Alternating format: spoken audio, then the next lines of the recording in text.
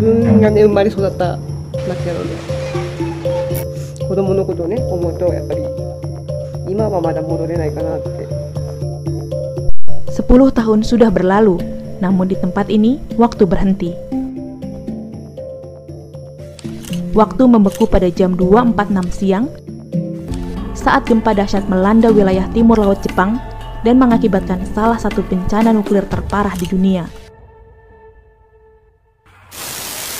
Japan has been hit by its biggest earthquake since An records explosion began. was heard and smoke seen at the power plant. The images of destruction and flooding coming out of Japan are simply heartbreaking. Sekretaris Kabinet Jepang Egano membenarkan terjadinya ledakan di Fukushima ini. Pemerintah Jepang bahkan sejak 1 hari sebelumnya saat gempa terjadi telah menyatakan waspada nuklir. Kejadian ini menimbulkan kekhawatiran terjadinya radiasi reaktor nuklir. Sebelum terjadinya ledakan, aktivitas di kota ini berjalan normal seperti kota pada umumnya. Namun, pada tanggal 26 April 1986, terjadilah sebuah ledakan reaktor nuklir yang memakan banyak korban jiwa. Partikel radioaktif yang menimbulkan hujan beracun jatuh di pemukiman warga.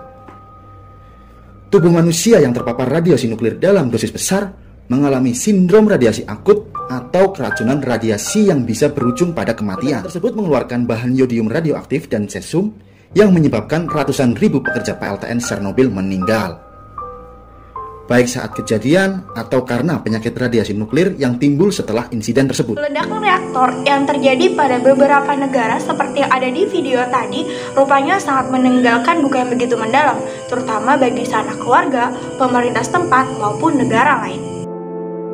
Membludaknya pembagian video ledakan tersebut di beberapa jejaring sosial seperti YouTube, Instagram, Facebook, bahkan diangkat ke dalam suatu cerita atau difilmkan, rupanya memberikan edukasi tersendiri bagi masyarakat, nah terutama kalangan masyarakat Indonesia.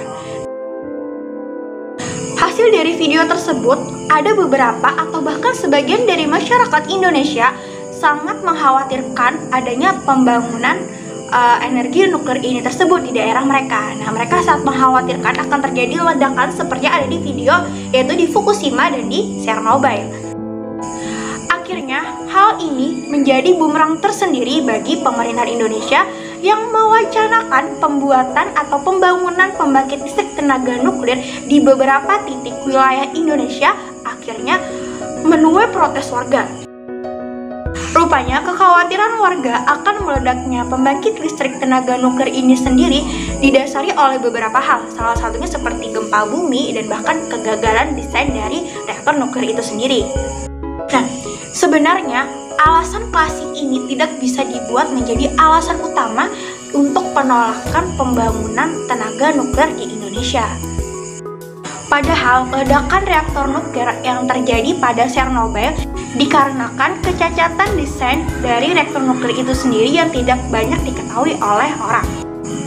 Ancaman ledakan nuklir yang disebabkan oleh gempa bumi ini juga bisa diminimalisir loh teman-teman, seperti desain modern yang khusus dirancang untuk gempa bumi.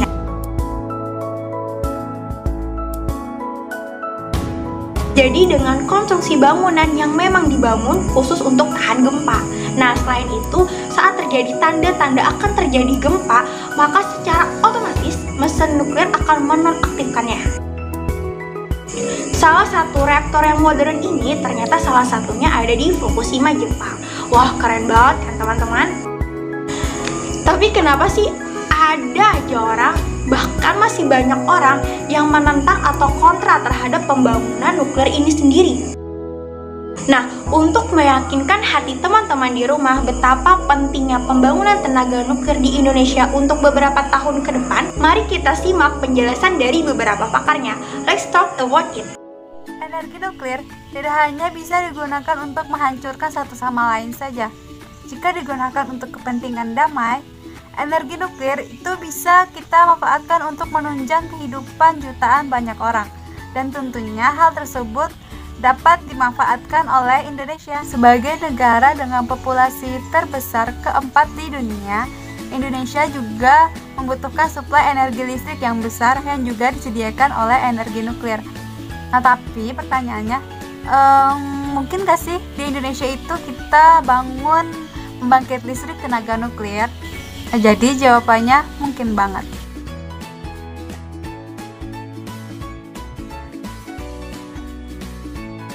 Sampai sekarang, masyarakat kita itu masih berkeyakinan bahwa penggunaan bahan bakar fosil itu lebih aman dibandingkan dengan energi nuklir. Nah, tapi pada suatu saat nanti kita itu tidak ada pilihan lain bagi kita untuk tidak memanfaatkan energi nuklir. Di sisi lain, ada kecenderungan dari masyarakat untuk menentang penggunaan energi nuklir sebagai energi alternatif di masa mendatang. Walau demikian, harus selalu diupayakan usaha-usaha, cara-cara, dan pendekatan-pendekatan yang dapat dilakukan untuk memberi informasi dan meningkatkan pemahaman masyarakat tentang energi nuklir tersebut. Menurut informasi IPTEK terbitan Batan, 1 kg bahan bakar uranium 235 murni dapat menghasilkan 17.000 juta miliar kalori, atau setara dengan energi yang dihasilkan oleh 2.400 ton batu bara, dan tentu saja sifatnya ramah lingkungan. Hal ini dibuktikan dari informasi yang bersumber dari Badan Tenaga Atom Internasional. Terhitung sebanyak 32 negara seperti US, Perancis, Cina, Rusia, dan Korea Selatan masih terus melakukan pengoperasian PLTN dunia. Sebanyak 438 unit PLTN yang terus beroperasi sampai April 2001 dengan total kapasitas bersih mencapai 3.501,327 MW. Sementara, sekitar 31 unit dalam proses pembangunan dengan total kapasitas bersih mencapai 27.756 MW. Nah, beda halnya nih dengan uranium. Nah, fakta menariknya ternyata di Indonesia itu memiliki cadangan uranium itu kurang lebih sebanyak 81.000 ton yang dapat dimanfaatkan itu sebagai sumber energi pengganti bahan bakar fosil. Keuntungan lainnya secara singkat yaitu reaktor nuklir itu bekerja dengan cara mengkonversikan panas yang dihasilkan oleh reaksi fisik. Nah, kemudian menjadi uap air yang bertekanan tinggi yang akan memutar turbin untuk menghasilkan listrik. Nah, reaksi ini itu bersih dan tidak menghasilkan polusi udara. Nah, jika kita bandingkan itu dengan bahan bakar fosil, nah itu banyak sekali menghasilkan karbon dioksida yang mana akan mengakibatkan berbagai macam permasalahan kesehatan dan lingkungan. Berdasarkan studi yang dilakukan oleh NASA pada tahun 2013, penggunaan energi nuklir telah mencegah 1,8 juta kematian antara tahun 1976 sampai 2009. Apabila kita urutkan kematian akibat tragedi Chernobyl dan Fukushima, energi nuklir menempati posisi paling kecil penyebab kematian per energi unit yang dihasilkan. Limbah dari energi nuklir memang bersifat radioaktif, namun limbah tersebut biasanya disimpan pada satu tempat yang aman, sedangkan limbah dari energi fosil akan dilepas ke udara yang kita hirup setiap hari.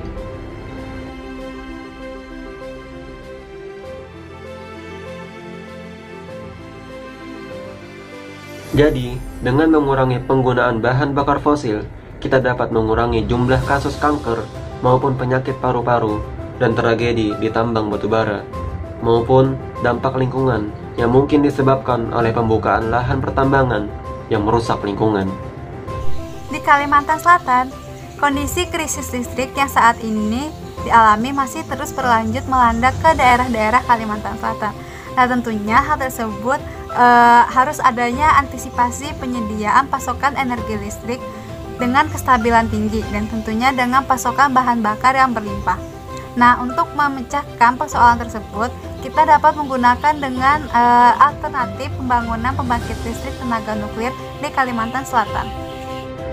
Kalimantan Selatan dapat dijadikan lokasi pembangunan pembangkit listrik tenaga nuklir atau PLTN dengan alasan yang dapat dilihat dari sudut pandang letak geografis, pengaruh struktur lapisan kulit bumi, dengan kecilnya peluang terjadinya gempa besar dengan risiko kecelakaan yang relatif kecil.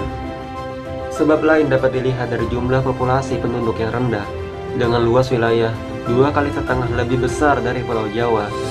Oleh karena itu, Kalimantan memiliki dampak radiasi jumlah penduduk per luas wilayah yang relatif kecil, sehingga memiliki dampak nuklir yang cukup kecil apabila terjadi kejadian kecelakaan yang tidak terduga. Banyak kekhawatiran masyarakat tentang bencana gempa yang mungkin dapat merusak reaktor nuklir dan membuat terjadinya bencana nuklir. Berdasarkan artikel dari Badan Tenaga Nuklir Nasional, sulit untuk menemukan skenario kecelakaan yang dapat menjadi benang merah antara gempa dan bencana nuklir. apakah terjadi patahan atau kerusakan struktur yang menyebabkan teras hancur dan bahan bakar rusak? Lalu bagaimana bahan bakar nuklir itu dapat bocor ke lingkungan? Sedangkan kita tahu bahwa PLTN memiliki sistem pertahanan fisik yang berganda untuk mencegah lepasan radioaktif ke lingkungan.